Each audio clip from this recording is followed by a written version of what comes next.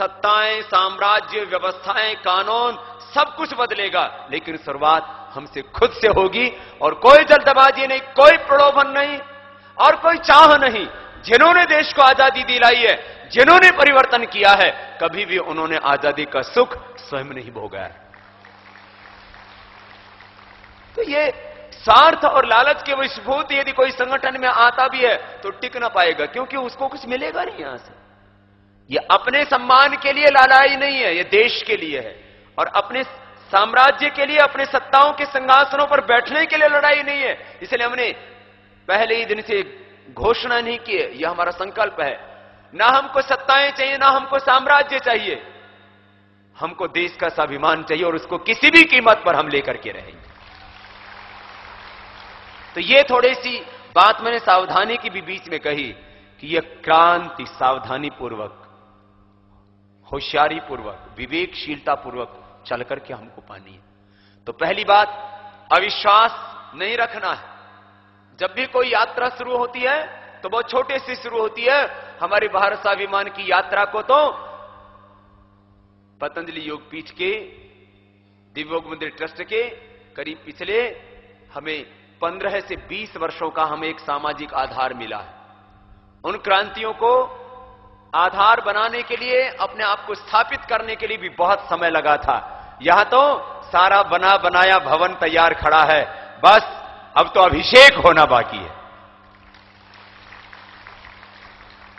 इसलिए निराशा की तो बात ही नहीं है, बस बात है तप की, संघर्ष की, सावधानी की। इसलिए इस यात्रा, ये बात इसलिए एक प्रसंग कहा गया कि परिवर्तन असंभव नहीं है।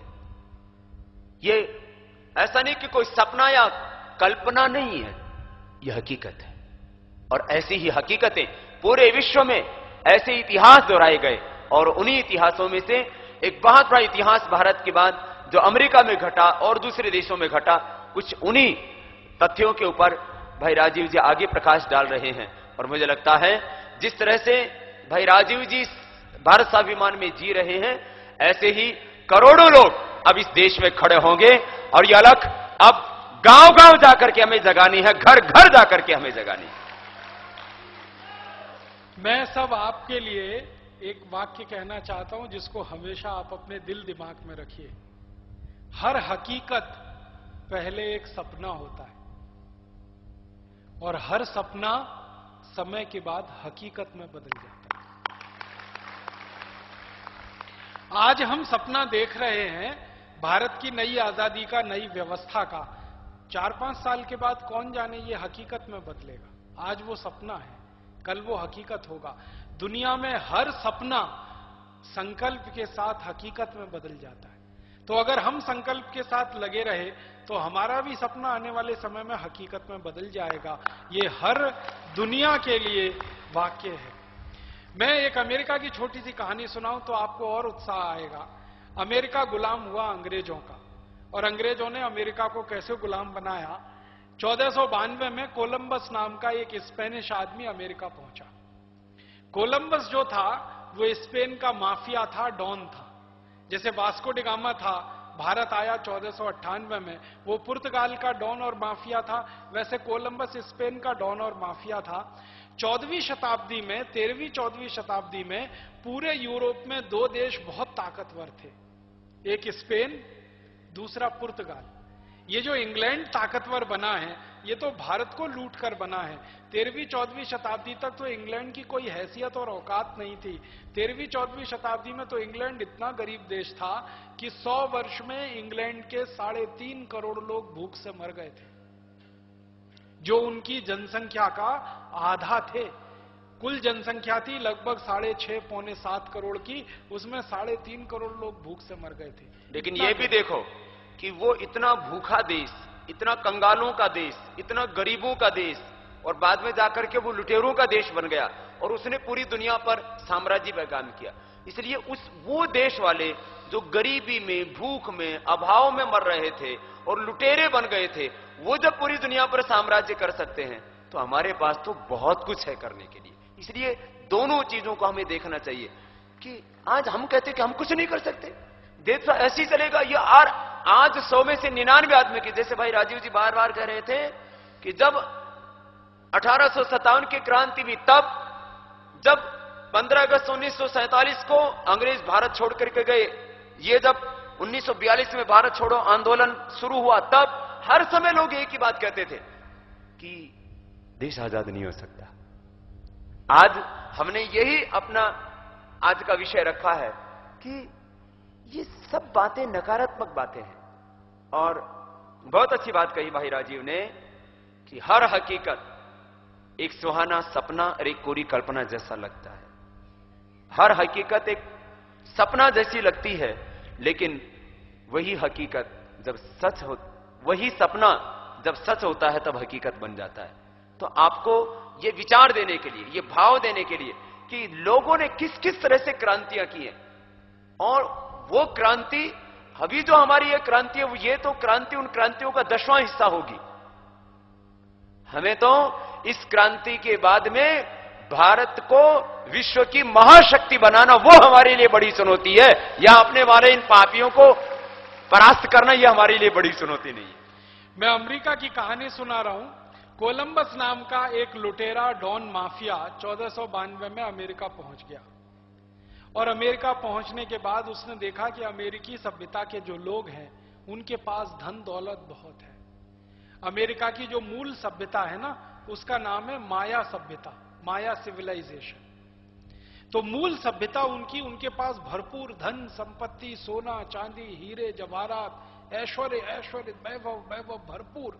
कोलंबस की आंखें चमक गईं, चौंधिया गई। उसको लगा कि ऐसे देश में मैं आ गया। उसने कभी सुना नहीं था अमेरिका के बारे में, और उसने अमेरिका की कल्पना भी नहीं की थी। वो तो लिखता है अपनी डायरी में कि वो गलती से भटकते हुए अमेरिका पहुंच गया, गया नहीं था अमेरिका का लक्ष्य करके, पहुंच गया। जहाज लग गया उसका अमेरिका के किनारे। वहां पहुंचने के बाद जब उसने धन दौलत देखी, वैभव ऐश्वर्य देखा, तो उसने अपने कुछ साथियों को वापस स्पेन भेजा, क्योंकि उस जमाने में टेलीफोन तो होता नहीं था, वायरलेस तो होता नहीं था। तो उसके कुछ साथियों को स्पेन भेजा और कहा कि बड़ी फौज भेजो, यहां बहुत धन है, बहुत संपत्ति है। तो उसके सहयोगी वापस स्पेन आए, फिर स्पेन से फौजें गईं और उसने लूट मार शुरू की अमेरिका में। अमेरिका में जो मूल रूप से लोग रहते थे ना, उनको दुर्भाग्य से एक गलत नाम दिया गया, रेड इंडियंस। रेड इंडियंस उनको क्यों कहते थे? उनकी त्वचा का रंग तांबे जैसा होता है। तांबा होता है ना, तांबा, हम कहते हैं ना तांबाई रंग है, कॉपर कलर है। तो अमेरिका के मूल निवासियों के शरीर की त्वचा का रंग ऐसा होता था जैसे तांबा होता है, तो उसको रेड इंडियंस कह दिया गया। इंडियंस उनको इसलिए कहा गया कि उनके नाक नक्श सब हमारे जैसे, उनका पूरे शरीर का डील डॉल भारत के जैसा। भारत की जो नाक है ना, एक विशेष किस्म की है, ऐसी नाक चीन में नहीं है। कहते ना वो वैसे भी भारत की तलाश में निकला था, हाँ। वो वहां रुक गया, उन्होंने सोचा यही इंडियन है, रेड रेड दिखे तो रेड इंडियन हो गए। निकला था भारत की खोज में, बीच में कहीं और पाला पड़ गया। तो वहां धन दौलत बहुत थी, ऐश्वर्य बहुत था, संपत्ति बहुत थी, समृद्धि बहुत थी। और माया सभ्यता के बारे में कहा जाता है कि वो इतनी ही अमीर और समृद्ध थी जैसे हमारे सिंधु घाटी की सभ्यता। और वैसे भी आप भी, अभी भी मैं खुद अमेरिका के लगभग काफी स्टेट घूमा हूं, वहां प्राकृतिक संपदा इतनी ज्यादा है, वन इतने ज्यादा है, धन इतना ज्यादा है, पेट्रोल इतना ज्यादा है, सदियों तक पूरी दुनिया को अमेरिका पेट्रोल दे सकता है, लेकिन वो निकाल नहीं रहा है, रिजर्व रखा हुआ है अपना भंडार। हीरे इतने ज्यादा, आज भी दुनिया का बहुत समृद्ध देश अमेरिका। तो उस समय वो कितना समृद्ध रहा होगा, कितनी सदियों तक अंग्रेजों ने लूटा हुआ, आगे भाई बता रहे।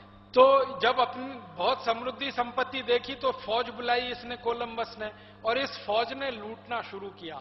सबसे पहले इलाका जो लूटा गया वो मैरीलैंड के आसपास का, मैरीलैंड एक जगह है अमेरिका में, वहां का इलाका इन्होंने लूटा और जहाज भर भर के सोना चांदी हीरे जवाहरात अमेरिका से स्पेन आना शुरू हुआ।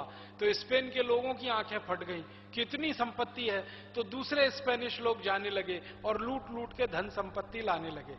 तो फिर अंग्रेजों का, स्पेनिश लोगों का अमरीकियों से संघर्ष हुआ, और माया सभ्यता के लोगों के साथ जब इनका संघर्ष हुआ तो ये थोड़े क्रूर ज्यादा थे स्पेनिश